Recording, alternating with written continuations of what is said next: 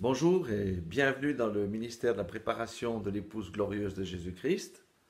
Ministère qui est basé sur la repentance et la sanctification. Ça, c'est notre créneau, c'est notre ordre de mission. Aujourd'hui, c'est un message d'une extrême importance qui concerne toute personne qui se dit appartenir au Seigneur, quel que soit le titre, le rang, la position, ça n'a pas d'importance. Cela touche tout le monde, ce message. Et écoutez-le jusqu'à la fin parce que vous serez richement bénis. Et ce message va parler de Judas, le défaut de la cuirasse. Et vous savez, lorsqu'on parle de Judas, on pense à Judas, on a tout de suite du mépris parce qu'il a vendu le Seigneur pour 30 pièces d'argent. C'est vrai. Mais je vous garantis qu'à la fin de ce petit enseignement, vous allez considérer Judas d'une autre manière. Et vous allez considérer aussi votre marche avec le Seigneur sous un autre regard. C'est pourquoi ce message est très bénissant. Alors, on est ici sur les réseaux sociaux, on ne va pas faire 45 minutes. Je vais vous donner 9 faits d'importance à propos de Judas. Première des choses, Matthieu 10, 1 dit que, puis ayant appelé ses 12 disciples, il leur donna le pouvoir de chasser les esprits impurs et de guérir toute maladie et toute infirmité. Ça veut dire quoi? Principe numéro 1, Judas a été choisi par Jésus. Mais ce n'était pas un démon, hein. Ça c'est une idée qu'on a dans la tête qu'il faut casser cette forteresse. Judas n'était pas un démon, c'était un homme de chair et de sang comme vous et moi. Fait numéro 2, Matthieu 19, verset 28, Jésus leur répondit, je vous le dis en vérité, quand le Fils de l'homme, au renouvellement de toutes choses, sera assis sur le trône de sa gloire, vous qui m'avez suivi, vous serez de même assis sur 12 trônes et vous jugerez les 12 tribus d'Israël. Vous vous rendez compte? Fait numéro 2, Judas avait la promesse de juger une des tribus d'Israël. C'est glorieux. Fait numéro 3, à propos de Judas, Marc 6, 7. Alors il appela les 12 et il commença à les envoyer 2 à 2 en leur donnant le pouvoir sur les esprits impurs. Donc Judas est parti avec un coéquipier en mission sur le terrain, avec lequel je ne sais pas si c'était Jean, Pierre ou Jacques, aucune idée, je n'ai pas réussi à trouver ça, mais il est parti sur le terrain accomplir la mission du Seigneur. Amen. C'est fantastique, non? Ça change un peu l'idée qu'on a de cet homme-là. Quatrième fait à propos de Judas. Nul ne peut servir deux maîtres, car ou il haïra l'un et aimera l'autre, ou il s'attachera à l'un et méprisera l'autre. Vous ne pouvez servir Dieu et Mammon. Quatrième fait, c'est quoi? Judas a reçu tous les enseignements de Jésus. Amen. Tous les enseignements de Jésus. Il les a eus. Il les a eus. Amen. Cinquième fait. Jean 12, 6. Il disait cela non qu'il se mit en peine des pauvres, mais parce qu'il était voleur et que tenant la bourse, il prenait ce qu'on y mettait. Amen. Alléluia. Vous voyez, le défaut de la cuirasse de Judas, c'était l'amour de l'argent. Amen. C'était l'amour de l'argent. L'amour de l'argent était le défaut à sa cuirasse. Amen. Fait numéro 6, Luc 22, 4. Or, Satan entra dans Judas, surnommé Iscariote, qui était du nombre des 12. Amen. L'amour de l'argent de Judas a ouvert la porte au diable, qui ensuite l'a détruit. Amen. Vous voyez, Judas avait une porte ouverte, l'amour de l'argent. Fait numéro 7, Jean 13, 27. Judas ayant pris le morceau, c'est lors du dernier repas, hein, se hâta de sortir, il était nuit. Ça veut dire quoi? Ça veut dire que du moment que Satan est entré dans quelqu'un, est entré en Judas, il n'a pas pu résister à la pression que lui mettait le diable. Amen. C'est une vérité. Fait numéro 8, on arrive bientôt au 9e. Acte 1, 25. Matthieu 27, 5, pardon. Judas jeta les pièces d'argent dans le temple et se retira et alla se pendre. Amen. Ça nous montre quoi? Ça nous montre que Judas a eu du remords. En fait, Judas aimait Jésus, mais il aimait l'argent et il n'a pas réussi à choisir. Amen. C'est un funeste sort. Et le dernier élément, le neuvième fait, Acte 1, 25, afin, vous savez, c'était lors du tirage au sort de qui devait remplacer Judas, il est dit ici, afin qu'il ait part à ce ministère et à cet apostolat que Judas a abandonné pour aller en son lieu. Amen.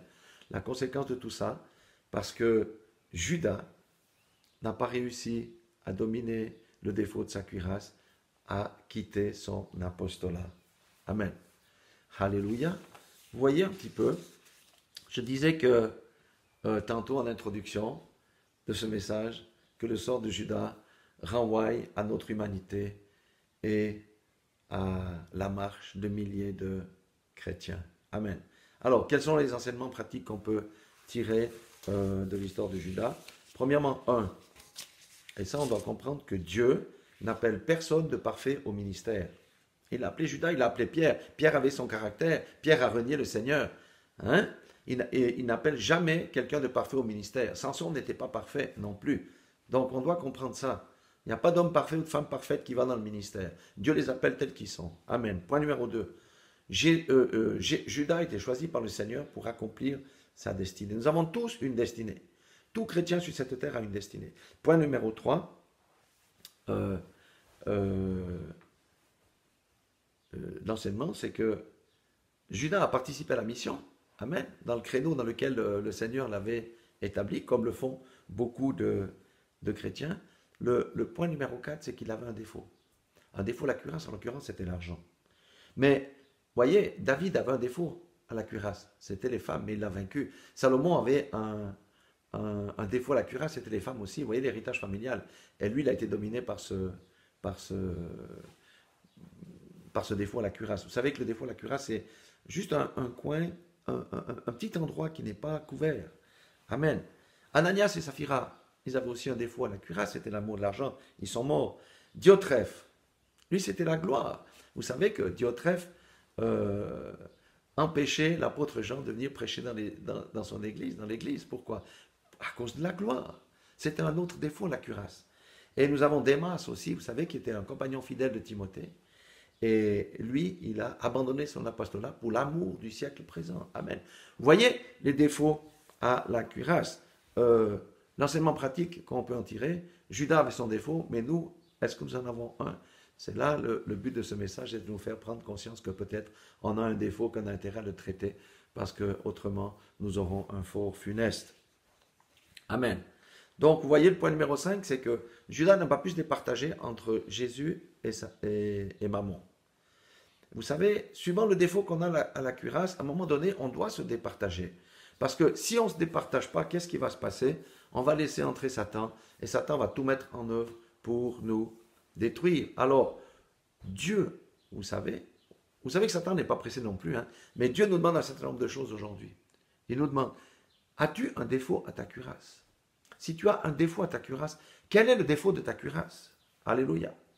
Et Dieu nous dit, nous exhorte, il faut le traiter. Tu dois faire des choix. Je te donne le pouvoir.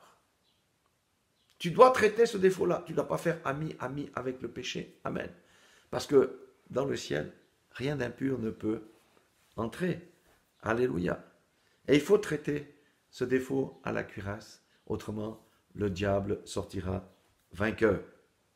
Et le Seigneur nous dit en dernier lieu, qui que tu sois, quel que soit ton titre, ta position, quel que soit le niveau spirituel où tu te trouves, Dieu te dit, si tu as un défaut à ta cuirasse, traite-le. Amen. Vous savez que dans le monde moderne, nous avons un superbe exemple de tout ça, c'est le Titanic. Le Titanic était le plus grand bateau du monde, le mieux construit, le plus grand, le plus lourd, capable de briser les glaces. Mais il avait un défaut dans sa cuirasse. Et le Titanic, à un moment donné, a touché un iceberg et il a coulé. Ainsi en est-il de la vie du chrétien qui ne traite pas le défaut à sa cuirasse. Ça ne sera pas votre cas, ça ne sera pas mon cas, parce que le but de ce message, c'est que le Seigneur nous fasse aller en profondeur, nous fasse réfléchir et qu'on prenne les mesures adéquates. Amen. Si on n'arrive pas à traiter tout seul le défaut de notre cuirasse, allons chez le pasteur, allons chez un frère, chez une sœur de confiance, mettons-nous à genoux, prions et crions à Dieu pour que ce défaut-là soit éradiqué de nos vies. Voilà ce que je voulais partager avec vous. Soyez tous bénis dans le nom puissant de Jésus-Christ. Et rappelez-vous que la vérité libère. Amen. Et rappelez-vous qu'on a des temps où la nature même attend la manifestation des fils de Dieu. Et les fils de Dieu sont ceux qui n'ont point de défaut à leur cuirasse. Soyez tous bénis et à tout bientôt.